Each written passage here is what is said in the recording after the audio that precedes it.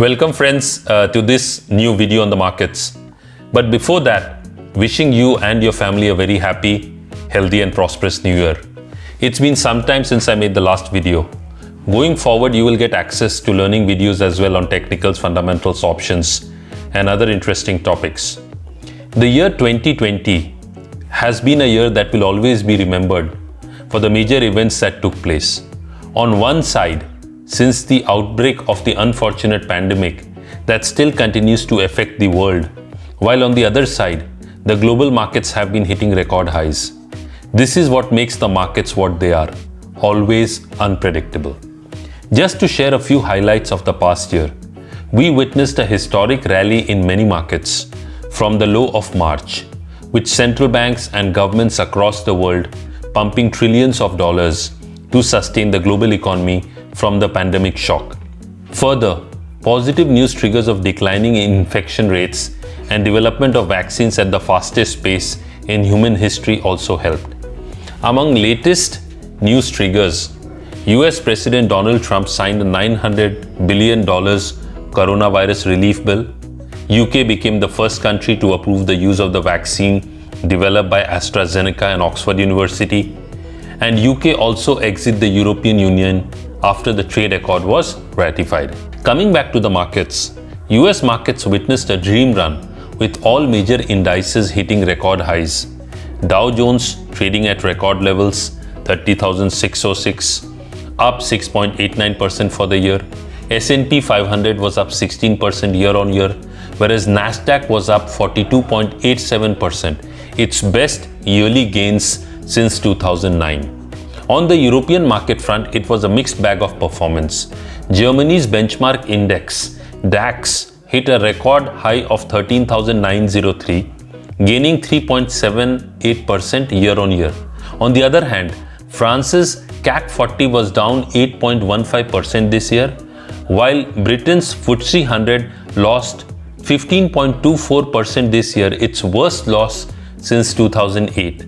And the benchmark European stocks index was also down 5.35% last year. Amongst other markets, China's Shanghai Composite was up 12.6% in 2020. Japan's Nikkei was up 16%. India's Nifty was up 14.66% for the year, and the Sensex gained 15.45% in the year. On the commodities and currency front, the bullion pack had a great year on the back of inflationary concerns, with the global financial system flush with funds. London gold in dollar terms was at 1901 per troy ounce, with nearly 25% yearly gains. London silver was up 48% for the year at $26.52 per troy ounce, its best yearly gains in a decade.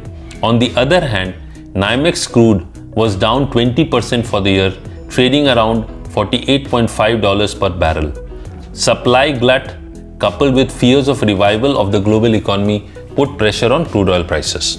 Talking about the rupee continues to trade sideways against the dollar in the range of 72 to 74. Key data points. FIIs continue to invest in the market, with December net purchases at 48,233 crores, which was the third successive positive month. However, DIIs were net sellers to the tune of 37,293 crores in December. Looking at the Nifty put call ratio, that is the PCR, which currently stands at 1.32, clearly indicates that there are more puts in the system than calls, but the number has come down, so it suggests a cautious approach. Looking at the maximum open interest, that is OI for the Nifty weekly expiry, is seen at 14,000 call option and also at 14,000 put option.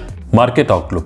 Market will be driven next week by December quarterly earnings, with TCS reporting on 8 January, news flows with regard to vaccine, global cues and economic data points, wherein China's Caixin manufacturing PMI for December is due on Monday, Japan's consumer confidence for December, and US FOMC meeting minutes on Wednesday, US balance of trade for November on Thursday, and US non-farm payrolls data on Friday. These global key data points will be keenly watched by investors across the world. Apart from that, India's market manufacturing PMI for December will be released on Monday, and market services PMI data for December will be released on Wednesday. Technically speaking, overall, the uptrend for both Nifty and Bank Nifty remains positive, but bearish divergence is being seen on the daily charts, which is a sign of caution.